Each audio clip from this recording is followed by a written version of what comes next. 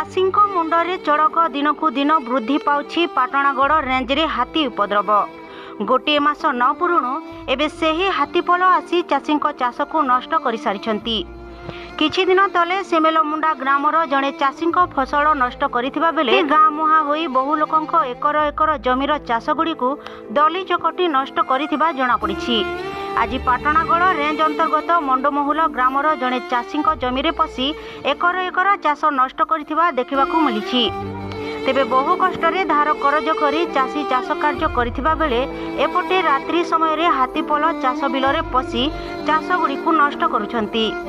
सेपटे पाटणागढ़ रेंज फरेस्टरंक समेत विभागर वन कर्मचारी पहुंची हाथीपल को घौड़ाई क्षयक्षति घटिथिबा चाषींक सह आलोचना करुछंती। कपा 3 एकड़ करथिनु सब हाथी मारी देइछु लाग उधार आनी करिथिनु एटा काहाना के देमी मुई एतकी महता करि देइछन। धान 3 एकड़ सब मारी देइछन खाई पी बिटा कर देइछन मुड़ा हाथ देख रे आमे एटा बसिछु। सरकार रो किछि साहाय्य मिलो धार उधार लाख बरमस करके तो चाष बाड़ी करा होछि। आगे यहाँ दे धान निसरी छे अधा निसरी साइज थिला न आ सब नुकसान कर दी छे।